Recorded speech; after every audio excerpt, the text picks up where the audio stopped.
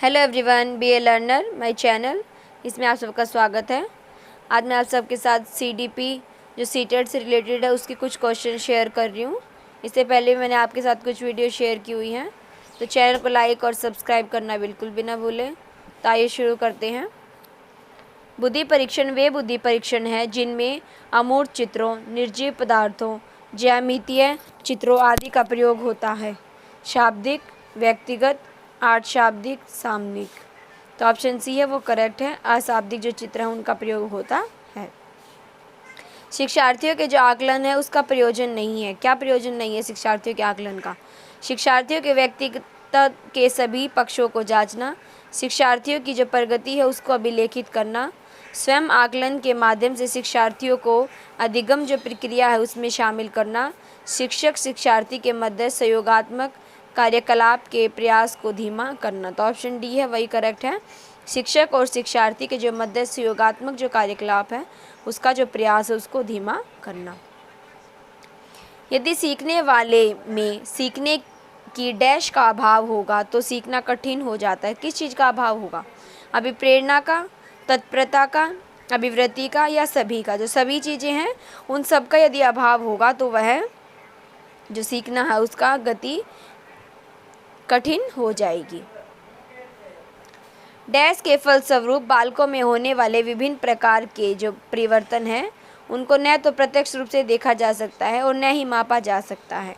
किसके को नहीं देखा जा सकता? वृद्धि को नहीं देखा जा सकता, विकास को नहीं देखा जा सकता, व्यक्तित्व को नहीं देखा जा सकता, समायोजन को नहीं देखा जा सकता। तो विकास जो है उसको नहीं देखा जा सकता, उसमें परिवर्तन धीरे धीरे होते रहते हैं। निम्न में से वह कारक जो बालकों में अधिगम जो है प्रसार हेतु आवश्यक है। ज़्यादा से ज़्यादा अधिगम प्रसार किससे होगा? अध्ययन के प्रति उनकी जो व्यक्तिगत रुचि है उससे, कक्षा कक्ष में अधिक से अधिक कार्य करके, गृह कार्य की अधिकता से, लेखन कार्य की अधिकता से। तो अधिगम है जो अध्ययन है उसके प्रति उनके व्यक्तिगत जो रुचि है उससे उनका जो अधिगम है वो ज़्यादा आवश्यक है। कोई बालक जो है वो जैसे जैसे बड़ा होता है उसमें रुचि जो संबंधी प्रवृत्तियाँ वो विकसित होती हैं।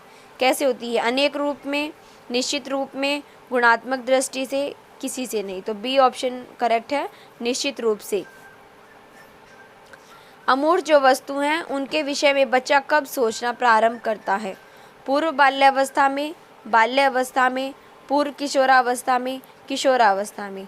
तो ऑप्शन सी है, पूर्व किशोरावस्था में जो बच्चा है वो सोचना, अमूर्त जो चीज़ें उनके बारे में प्रारंभ करता है। मौलिकता का गुण निम्नलिखित में से किन बालकों में पाया जाता है? वे बालक जो धनी जो परिवार है उससे संबंध रखते हैं, जो निर्धन परिवार से संबंध रखते हैं, वे बालक जो सृजनशीलता का गुण रखते हैं, और जो बालक प्रतिभाशाली होते हैं। तो ऑप्शन सी है वो करेक्ट है। जो सृजनशीलता का जो बच्चे गुण रखते हैं उनमें मौलिकता का गुण ज़्यादा पाया जाता है। जब शिक्षार्थियों की संख्या अधिक हो तो किस प्रकार के प्रश्न हैं उनके द्वारा उनका मूल्यांकन किया जा सकता है? अति लघु उत्तरीय प्रश्न द्वारा, वस्तुनिष्ठ प्रश्न द्वारा, निम्नात्मक प्रश्न द्वारा, वैकल्पिक प्रश्न द्वारा। वस्तुनिष्ठ प्रश्न द्वारा। संज्ञानात्मक विकास को किसने जानिक ज्ञान मीमांसा के रूप में स्वीकार किया है? स्किनर ने, जीन पियाजे ने, कॉलर ने, हॉलैंड ने। तो ऑप्शन बी करेक्ट है, पियाजे ने। पियाजे ने जानिक जो ज्ञान मीमांसा है उसके रूप में संज्ञानात्मक जो विकास है उसको स्वीकार किया है। केंद्रीय माध्यमिक शिक्षा जो बोर्ड है ने विद्यालय आधारित सतत और व्यापक जो मूल्यांकन है के दिशा निर्देश दिए हैं। इनमें से कौन सा इसका एक जो उद्देश्य है वो नहीं है? बच्चों पर पढ़ने वाला जो दबाव है उसको कम करना, अपनी रुचि के अनुसार जो विद्यार्थी हैं उनको पढ़ने की छूट देना, छात्रों की जो प्रवीणता है के निर्धारण के लिए जो अंक है उनके स्थान पर ग्रेड जो है उनका उपयोग, निदान और उपचार के साधन की व्यवस्था करना। तो ऑप्शन बी है, उनकी रुचि के अनुसार उन्हें पढ़ने की छूट जो है देना। कौन सा वाक्य सत्य नहीं है? सभी प्रकार के जो व्यवहार हैं वो आवश्यकताओं की संतुष्टि करते हैं। जब प्रेरणा समाप्त हो जाती है तब अनुशासन की समस्या सामने आती है। अनुशासन किसी भी प्रकार की जो प्रेरणा है उसका नकारात्मक स्वरूप है। प्रत्येक स्थिति में जो बालक हैं उनको नियमों के पालन करने की अनुभूति आवश्यक है। तो ऑप्शन सी है वो करेक्ट है। अनुशासन किसी भी प्रकार की जो प्रेरणा है उसका नकारात्मक स्वरूप है, इसमें सत्य नहीं पूछा गया है।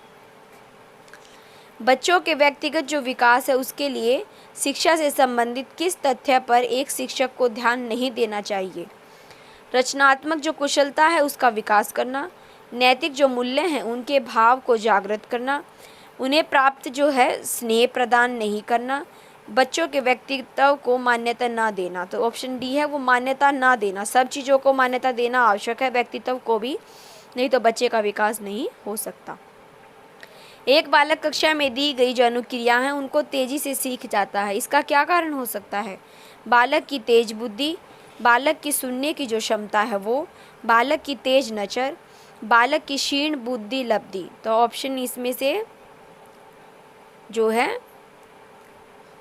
ए करेक्ट है। व्यक्तित्व विभिन्नताओं के जो विकास है उसके लिए पूर्व माध्यमिक जो कक्षा हैं उनमें बच्चों का शिक्षण किस प्रकार किया जाना चाहिए? पूर्व माध्यमिक कक्षाओं में खेल विधि के माध्यम से बच्चों को गणित और जो भाषा है उसका ज्ञान देना चाहिए। उन्हें अक्षर ज्ञान और गणना करने की जो जानकारी है वो प्रारंभ से ही मौखिक रूप से दी जानी चाहिए। लिखने और जो सिखाने से पूर्व बच्चों से चित्र बनवाने चाहिए, उपरोक्त सभी। तो ऑप्शन डी है वो करेक्ट है। खेल विधि से भी सिखाना चाहिए, उन्हें मौखिक रूप से जो चीज़ें हैं वो भी सिखानी चाहिए, लिखने और सिखाने से पूर्व चित्र बनाने चाहिए। आप एक शिक्षक होने के नाते अपनी कक्षा की जो छात्रा हैं उनका शिक्षण कैसे करेंगे? उन्हें कक्षा के जो छात्र हैं उनसे अलग करके घर के काम धंधों की जानकारी देंगे, छात्राओं पर अवांछित टिप्पणी करेंगे, छात्रों और छात्राओं की समान रूप से शिक्षण व्यवस्था करेंगे, उपरोक्त सभी। तो ऑप्शन डी है वो गलत है। ऑप्शन सी करेक्ट है कि सिर्फ जो है छात्राओं को शिक्षण के समान रूप से अवसर दिए जाने चाहिए। आपकी कक्षा का एक शिक्षार्थी है रमेश, हमेशा आपके साथ बात करता हो, तो आपकी राय रमेश के विषय में क्या होगी? कि जो रमेश है वो कक्षा में अधिक बोलने वाला छात्र है, वह एक कल्पनाशील छात्र है, वह एक चिंतनशील छात्र है, उसकी जो पारिवारिक जो परिस्थिति है वो ठीक नहीं है। तो ऑप्शन सी है वो करेक्ट है। वो चिंतनशील छात्र है, वह किसी न किसी बारे में चिंतन करता रहता है और क्वेश्चन पूछता रहता है। आपकी कक्षा का एक छात्र राजन पढ़ाई, खेलकूद, सामूहिक जो कार्यक्रम है सब में सर्वश्रेष्ठ प्रदर्शन करता है, इसका अर्थ है वह कैसा छात्र है? क्षीण बुद्धि वाला, तर्क शक्ति क्षमता वाला, बहुआयामी बुद्धि वाला, इनमें से कोई नहीं। बहुआयामी बुद्धि वाला छात्र है क्योंकि वह पढ़ाई भी कर लेता है, खेलकूद भी करता है और जो सामूहिक कार्यक्रम है उनमें भी पार्टिसिपेट करता है। प्रगतिशील जो शिक्षा है के अंतर्गत बालक में आत्म अनुशासन के विकास के लिए किस बात पर जोर दिया जाना चाहिए? अनुशासन बनाए रखने के लिए सख्त आदेश, बालकों में उत्तरदायित्व की जो भावना है उनके विकास पर। प्रगतिशील शिक्षा जो है उसके अंतर्गत आत्म अनुशासन के विकास पर जोर नहीं दिया जाता। आत्म अनुशासन के लिए विभिन्न जो दृष्टांत हैं उनके द्वारा बालकों को समझाने पर। तो ऑप्शन बी है वो करेक्ट है। बालक में उत्तरदायित्व की भावना के विकास पर जोर दिया जाना चाहिए। यह कथन किसका है कि जो ज्ञानात्मक जो विकास है वो नकल पर आधारित न होकर खोज पर आधारित होता है? जीन पियाजे, कोलबर्ग, स्कीनर, वाइगोत्स्की। तो ऑप्शन ए है वो करेक्ट है। जीन पियाजे के द्वारा यह बात कही गई है कि जो भी ज्ञान का निर्माण होगा वो हमारी नकल पर नहीं खोज पर आधारित होगा। आप अपनी कक्षा के जो बच्चे हैं उनमें समाजीकरण की जो प्रक्रिया है को तेज करने के लिए अपना बर्ताव रखेंगे। कैसा बर्ताव रखेंगे? कठोर, स्नेह और सहानुभूति पूर्ण, सामान्य, कोई नहीं। स्नेह और सहानुभूति पूर्ण। समावेशी जो शिक्षा है उसका क्या उद्देश्य है? प्रगतिशील जो बालक हैं उनकी शिक्षा व्यवस्था कराना, सृजनशील बालकों के लिए शिक्षा व्यवस्था कराना, सामान्य बालकों के साथ असक्षम जो बालक हैं उनकी भी शिक्षा, केवल अधिगम असक्षम बालकों की शिक्षा। तो ऑप्शन सी करेक्ट है। इसमें सामान्य बच्चों के साथ असक्षम जो बालक हैं, मेंटली रिटार्डेड हैं या जो डिसेबल्ड चाइल्ड हैं या वो गॉड गिफ्टेड चाइल्ड हैं, उन सब का एवरेज जो स्टूडेंट्स हैं उनके साथ शिक्षा की व्यवस्था करना समावेशी शिक्षा है। सबको एक साथ वेश करना समावेश कहला। मानव विकास एक निरंतर चलने वाली प्रक्रिया है, यह विचार संबंधित है। मानव का जो विकास है वो कैसी प्रक्रिया है? अंतर संबंध का सिद्धांत, निरंतरता का सिद्धांत, एकीकरण का सिद्धांत, अंतक्रिया का सिद्धांत। ऑप्शन बी करेक्ट है। निरंतरता का जो सिद्धांत है वो मानव के विकास का जो एक निरंतर चलने वाली प्रक्रिया है उस पर आधारित है। एकल अभिभावक वाले बच्चे को पढ़ाते समय शिक्षक को स्थिर और एक रूप जो वातावरण है उसका उपलब्ध कराना चाहिए। इस तथ्य को अनदेखा करना चाहिए। ऐसे बच्चे के साथ अन्य बच्चों के समान व्यवहार करना चाहिए। इस प्रकार के जो बच्चा है उसके साथ भिन्न प्रकार से व्यवहार करना चाहिए। ऐसे बच्चे को कम गृह कार्य देना चाहिए।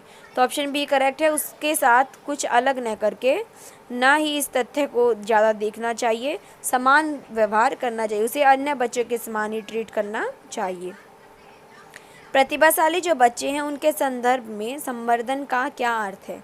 ऐसे जो विद्यार्थी हैं उनको वर्तमान जो स्तर है उनको छोड़कर अगले स्तर में उन्हें उन्नति प्रोन्नत करना चाहिए।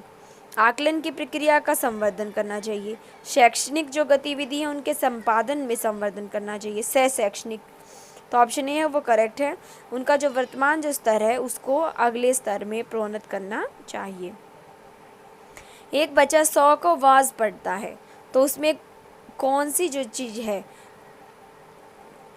डिसेबिलिटी है जिसका उसमें जो डिसेबिलिटी उस बच्चे में पाई जाएगी। जो वो बच्चा उल्टी चीज़ें पढ़ता है, जो पढ़ना है वो डिसलेक्सिया से रिलेटेड है। किशोरों के अंदर जो सामाजिक नेतृत्व है उसका गुण पाया जाता है, उसका संबंध होता है अन्य लिंग के सदस्य हैं जो हैं उनकी मित्रता से, मानसिक शक्तियों से, स्कूल की जो गतिविधि है उनसे, शारीरिक संगठन से पियाजे के अनुसार। ऑप्शन बी वो करेक्ट है, मानसिक जो शक्ति है उससे। निम्नलिखित में से कौन सी अवस्था में बालक जो है वो वस्तुओं को विभिन्न समूह जो हैं उनमें वर्गीकृत कर सकता है? कौन सी अवस्था है? औपचारिक संक्रियात्मक अवस्था, मूर्त क्रियात्मक अवस्था, संवेदी प्रेरक अवस्था, पूर्व सक्रियात्मक अवस्था। तो ऑप्शन बी करेक्ट है। मूर्त सक्रियात्मक अवस्था के अंतर्गत जो बालक है वो वस्तुओं को अलग अलग समूह में उनके साइज के, उनके रंग, उनके रूप के आकार के अनुसार वर्गीकृत कर सकता है। शिक्षण में संपूर्ण उपागम की संतुति की जाती है क्योंकि इससे शिक्षक को दैनिक जो कार्य योजना के निर्माण से मुक्ति मिल जाती है। इसके द्वारा प्रकरण के महत्वपूर्ण अंगों पर अतिरिक्त बल दिया जा सकता है। यह शिक्षण को सार्थक दिशा निर्देश प्रदान करता है। यह परीक्षण जो कार्यक्रम है उसको अधिक प्रभावी बनाता है। तो ऑप्शन सी है, सार्थक जो दिशा निर्देश प्रदान किए जाते हैं वही संपूर्ण उपागम है।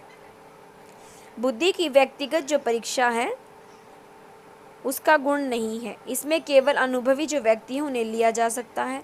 छोटे बच्चे अधिक उपयुक्त हैं, इसमें प्रश्नों को कम परिश्रम के साथ बनाया जा सकता है। इस प्रक्रिया के निष्कर्ष प्रामाणिक और विश्वसनीय होते हैं। तो ऑप्शन सी है वो करेक्ट है। इसमें जो प्रश्न है उनको कम परिश्रम के द्वारा बनाया जा सकता है, यह गुण नहीं है। डैश का व्यक्ति दया और सहानुभूति में विश्वास करता है तथा उसे सत्य और मानवता में अगाध श्रद्धा होती है। सामाजिक व्यक्तित्व, धार्मिक व्यक्तित्व, कलात्मक व्यक्तित्व, राजनीतिक व्यक्तित्व।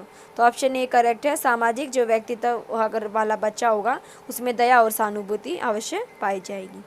तो आइए मैंने आप सबके साथ कुछ क्वेश्चन शेयर किए, आप सबको पसंद आएंगे तो वीडियो को लाइक करना ना भूलें। Thank you.